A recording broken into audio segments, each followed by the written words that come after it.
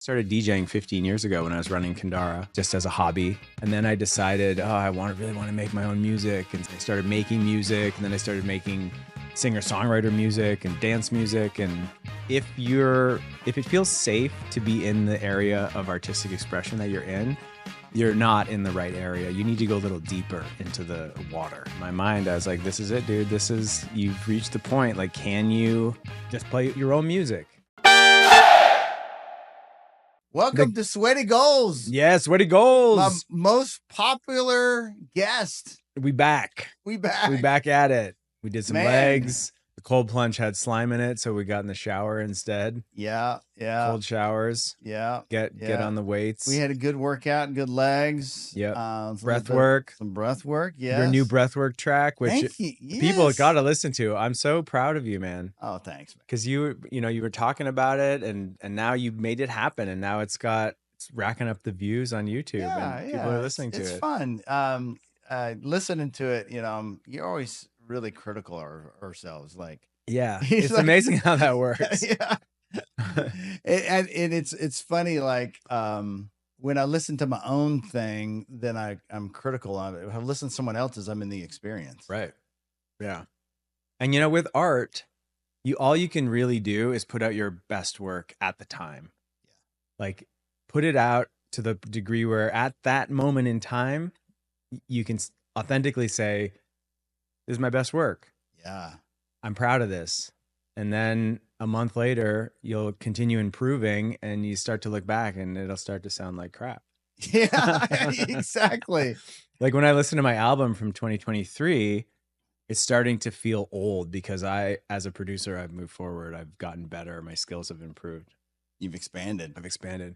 I think it's Ezra Klein who, This American Life, that Ezra Klein, or I might be getting that wrong, but I remember listening to a podcast, and he was saying, like, at the beginning, when you step into being an artist, the artists that inspire you, and you hear their work and you think, wow, I want to make art like that. And then you go and you try and do it, and it just doesn't sound like that. And because it's you and you haven't gotten to the point of being a master yet. So he says there's like a 2 or 3 or 5 or however many year period where you can look at where you want to get to artistically or creatively. Same in entrepreneurship, right? You look at an entrepreneur and you want to build a business like that, and then you try and you epically fall short.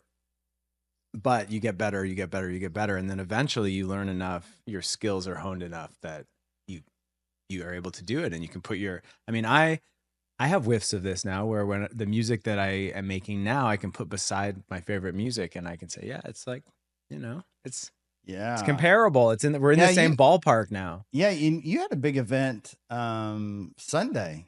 Yeah, tell me about that. Yeah, DJed Ecstatic Dance Nashville, which I've done many times, but this was the first show that I've done as a DJ where I played only my music from start to finish. And this is 15 years in the making, because I started DJing 15 years ago when I was running Kandara, and just as a hobby. And then I decided, oh, I really want to make my own music, and so I got Ableton and started doing lessons on Ableton and figured out how to, create a production environment. And then I started dabbling, and I started making music, and then I started making singer-songwriter music and dance music. And then I started the ecstatic dance here in Nashville after doing it a bunch of times in Boulder. So all these stages, but this was the first time I was able to show up, play all my own music, incorporate live elements like guitar and piano and handpan and flute. And Jamie Lee Finch came and sang, which was, she's always incredible. Wow. And it was a full-on journey. Like, it was a journey that was, generated from all this 15 years of work. Yeah, it's a journey to get to the journey. It's a journey to get to this moment. And yeah. What a journey. What a cool journey. Like, when was the first moment you were like, okay, I'm going to DJ my own music, the whole it was set? Like it was 2 weeks ago, probably, when you made that decision 2 weeks ago. I made that decision 2 weeks ago because I was looking at this gig and thinking, like, okay, I'm DJing Ecstatic Dance Nashville again. I've probably done it 8 times over the last 3 years. maybe more. And we were doing the live band ones, Yeah. which were epic. But this was Yes. just not. This was not going to be a live band one. So I was looking at it and I was thinking to myself, like, how do I actually get inspired for this? Like, how do I bring something new to this? I saw this David Bowie quote, and he said, if it feels safe to be in the area of artistic expression that you're not in the right area. You need to go a little deeper into the water. He's like, you want to be a little bit like off the ground. You want to be the Yeah. waves to be a little bit choppy because you're actually pushing, you're actually discovering something new. So I looked at this gig and I'm like, what would make this exciting? I want this to be exciting. I don't want to just show up and go through the motions. And then it just came into my mind. I was like, this is it, dude. You've reached the point. Like, can you legitimately just play your own music, not play anybody else's music? Do you have the music? And the answer was no, because I didn't have any high tempo dance music. I didn't have any like low tempo trap breakbeat music. And I like to do a full journey of different genres. So then on Friday before the gig, I was kind of in a funk, like depressed. What I was am I like, gonna I do? don't think I can do this. I'm just gonna have to play other people's Second music guessing again, yourself. second guessing Yes. myself. And then on Saturday we had a huge rainstorm here in Nashville, and I was just holed up at the ranch. And I was like, fuck it, I'm going into the studio. I'm gonna make all the music that I need to make.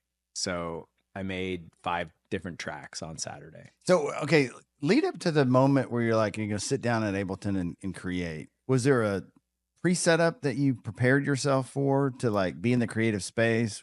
I mean, I've got my studio set now.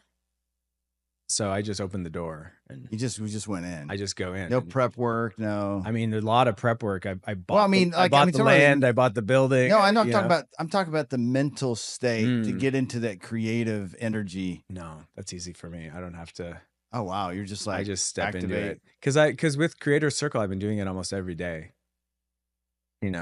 Like I'm in that state almost every day. Oh, you've been programming yourself to be. I've been in that. So What time did you do the recording? Did you start? it started in the morning, like 10 or 11 or 12 or something. Like not even Okay, that late, okay. not even that early, rather. Because I know you do Creative Circle at 9:30. Yeah. And I'm just wondering if you're doing that every day, is it like programming your mind to be creative at that state? Like you're almost like programming your mind state to be, okay, this is when Will's supposed to be creative. Yeah, I think there's Okay, something to create. that. I think there's something to that, definitely. Yeah. And what I wanted to talk to you about today was this idea of aggressive deadlines Yeah. for creativity, because I never created 5 tracks in a day before. I have literally been working on the same track for the last 2 months, like turning the knobs and like dialing in the effects on different transitions and everything. And then I go in there, and on Saturday, by the end of Saturday, I've got like a psytrance song that I made, a trap song that I made, a meditative opening song that I made that for Jamie to sing over that I knew was going to be epic. A beautiful, like heart-centered vocal song that my friend Olivia and I started like months ago, and I polished it off and got it done. And so I'm looking at that. I was like, okay, one song, working on it for 2 months versus 5 songs in one day. That's like a 2,000% increase in productivity. Yeah. So I was like, how is that possible? Because I've been running Creator Circle and I'm trying to get well, insights. I mean, is that anything similar to back in college when you had a paper due? Yeah, Is it the same thing? It's aggressive deadlines, I think. Yeah. I just kind of, I guess I forgot Yeah. the fear of like, I'm going to flunk the test is very motivating. Yeah. Did you name the songs? Not really. No. No, I mean, they have working title names, but were you, did each song just kind of come to you? Just yeah, I was like, I need a psytrance song. So okay. Like I need a trap song. Let's go. Just go. Yeah. Oh, that's amazing. Yeah. So I think the lesson for me out of this is, for creative work, set aggressive deadlines. Well, you could say that. Well, let's just be devil advocate here. Yeah. Like, it's not necessarily an aggressive deadline. It's an event that you have to perform. Right. A gig. Yeah, a gig. That's what. And because if you set an aggressive deadline, you put on your calendar, and if you didn't really have a gig or anything, you would be like, well, I can skip this, and it wouldn't have the same. Right. Maybe it's pressure. maybe it's not an aggressive deadline. It's like a non-movable deadline, It's a performance. a performance. Yeah, you're literally putting a performance on the calendar and like, Right. That's what and Kat said. Kat said that's how a lot of artists or musicians operate, is the performance is the motivation to get to the level. and what misery you had to go through, because there was a couple moments where you're like second guessing everything. Totally. And I'm And sure I set up my whole studio up, and I wanted to do Ableton and Tractor and the looper. So I plugged it all into my mixer in the studio, and it was like a rat's nest of wires. And I was there, and I was like, I am screwed. I don't know how to set this up to get it to work. Oh, that is. But I've also noticed that out of those moments, the I'm screwed moments, usually the breakthrough, you kind of need to get to the breakdown to get to the breakthrough. Yeah. I think you're tapping into our ability to really focus, because we tell ourselves sometimes that we can't focus, and we try other substances like nicotine or some other thing to kind of like, get laser focused. But the deadline is the equalizer. It's like activate all systems go. Yeah, and it's activate like, hyper focus. Yeah. And it does work. It worked. Yeah. It works. Yeah. I resonate with all of this. So, I'm working on an album with Lucian, and I guess the lesson here is we have actually a gig on the calendar May 4th. So that's our forcing function. I just be like, hey, I want to play all of our stuff. Yeah. May 4th. And also it kind of makes you go, all right, how do I fill my calendar? Yeah. Because that becomes your production the tempo, the heartbeat. Yeah. And you're like, if you have it on, even if you had very few people or just a simple party at your house, or right, did it at a friend's house, the more people, the more pressure, right? Yes. I wonder if the quality would change. Like, you're doing it for 80 people at Ecstatic Dance. Was that about 80 people maybe? Yep. Is a lot different than if you had a few people over. Probably. Yeah. Yeah. So you need to go level up now. It's like the fear of embarrassment is a powerful motivator. Yeah. Like, I wonder also if the quality of it increases with the number of people. That's a good question. Yeah. Yeah. I guess I'll find out. You'll find out. Yeah. Did you record it?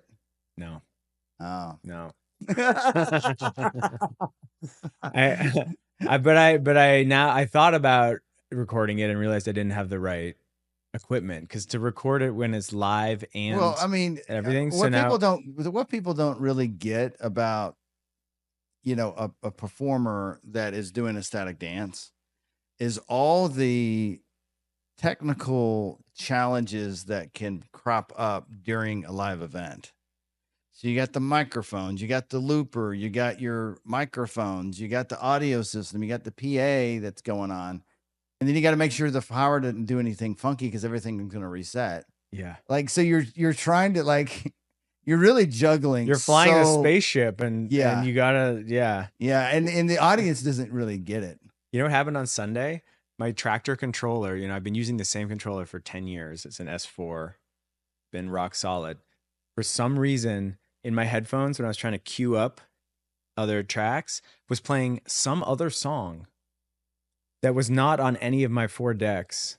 Oh, no. It's like, I don't know where that was coming from or how it was happening. So I had to surrender the headphones and be like, all right, I guess I'm not supposed to be in my headphones during this whole show.